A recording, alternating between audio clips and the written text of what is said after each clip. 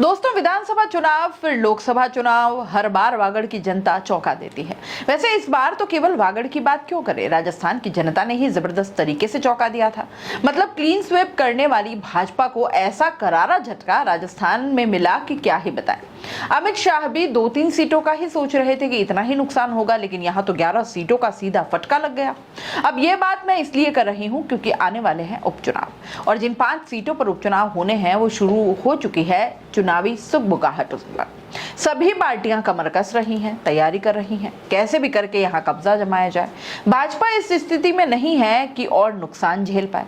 बहरहाल दोस्तों, उपचुनाव को लेकर अब सियासत तेज हो चुकी है। कांग्रेस जो है उसने भी अलग अलग जो प्रभारी नियुक्त करने हैं किए हैं, और भाजपा ने भी कर दिए हैं। अलग अलग टीमों का गठन किया जा रहा है। एक्टिव दोनों पार्टियां हो चुकी है, और अब बीजेपी भी पूरी तरह से एक्टिव हो गई है।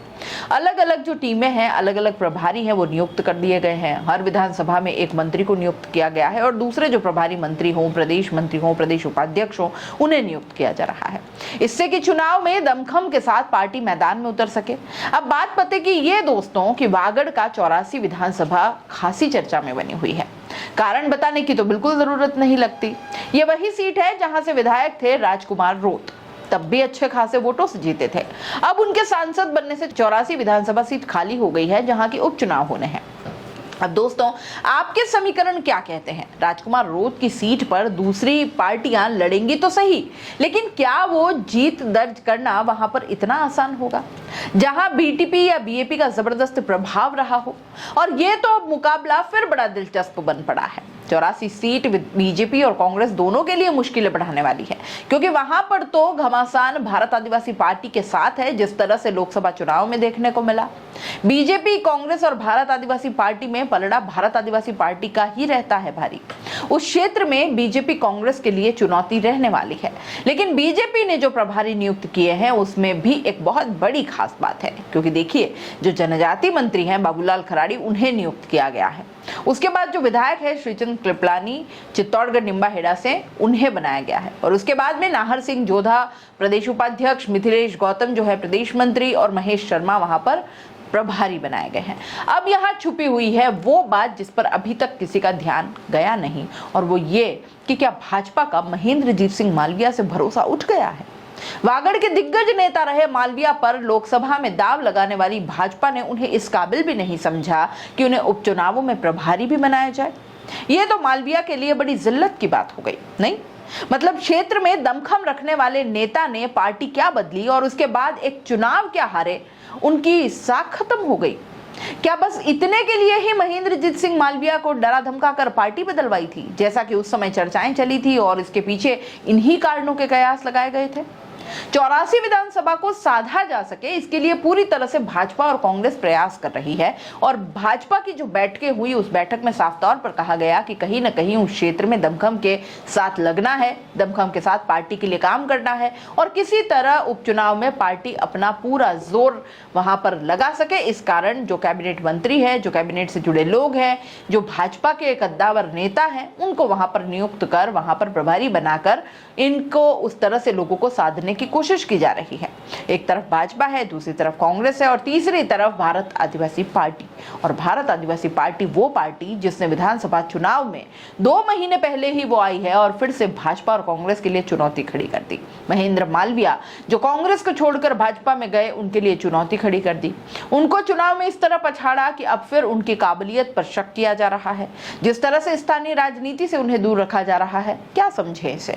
क्या इसे मालविया की पिक्चर खत्म करार दे दे, या इससे कुछ और समझे? बाबूलाल खराड़ी हैं, उन्हें वहां पर इसलिए नियुक्त किया ताकि एक आदिवासी नेता है और एक आदिवासी मंत्री है, उस क्षेत्र के साथ अच्छे से न्याय कर सकते हैं, अच्छे से लोगों से जुड़ सकते हैं।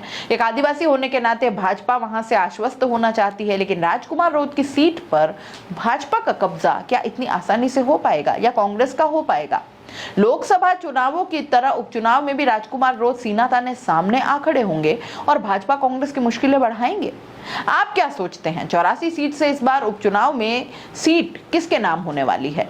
जो भी आप सोचते हैं अपने राय कमेंट बॉक्स में लिख भेजिए, और जाते जाते चैनल को लाइक, शेयर और सब्सक्राइब करते जाइए। तो दोस्तों, खास मुद्दे की बात और उन लोगों के काम की बात जो बनना चाहते हैं सोशल मीडिया यानी यूट्यूब और इंस्टाग्राम पर एक बड़ा इन्फ्लुएंसर और महीने के हजारों लाखों कमाना चाहते हैं, तो आपके लिए बेबाक राजस्थान इसके क्रिएटर्स के साथ में लेकर वो चीज आए हैं, यानी कि मास्टर क्लास कोर्स लेकर आए हैं जो आपको बनाएगा इंस्टाग्राम और यूट्यूब का बादशाह।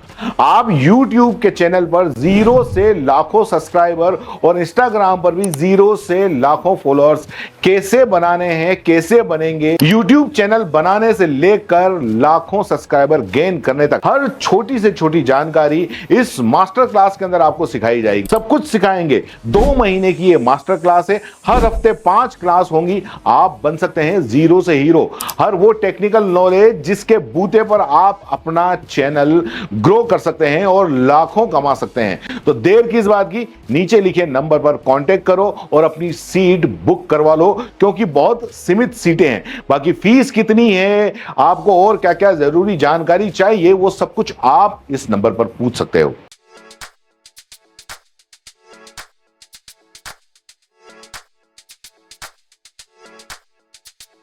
R&T ग्रुप ऑफ कॉलेजेस, यहां आपको मिलता है world class infrastructure in India, well equipped science laboratories, agriculture की यूनिक सीड लैब भी, digital library, computer lab with AI technology, digital board सभी छात्रों के लिए, ऑनलाइन स्टूडेंट्स के लिए पॉडकास्ट रूम भी अवेलेबल है। चित्तौड़गढ़ जिले और MLSU उदयपुर का एकमात्र एक्रीडेटेड कॉलेज। कोर्सेज हैं जिनमें BCA, BCom, BSc, bio, maths, agriculture, BA, B.Ed, BA, B.Ed, BSc, B.Ed, BSTC, MA, MSc, MCom। बड़े और खुले ग्राउंड स्पोर्ट्स के लिए, जहां होती है sports activities, training, personality development, student development activities, seminar और कॉन्फ्रेंस फैसिलिटी भी, NCC एक्टिविटीज, ताकि NCC कैडेट के रूप में आप भविष्य संवार सके, देश की सेवा कर सके।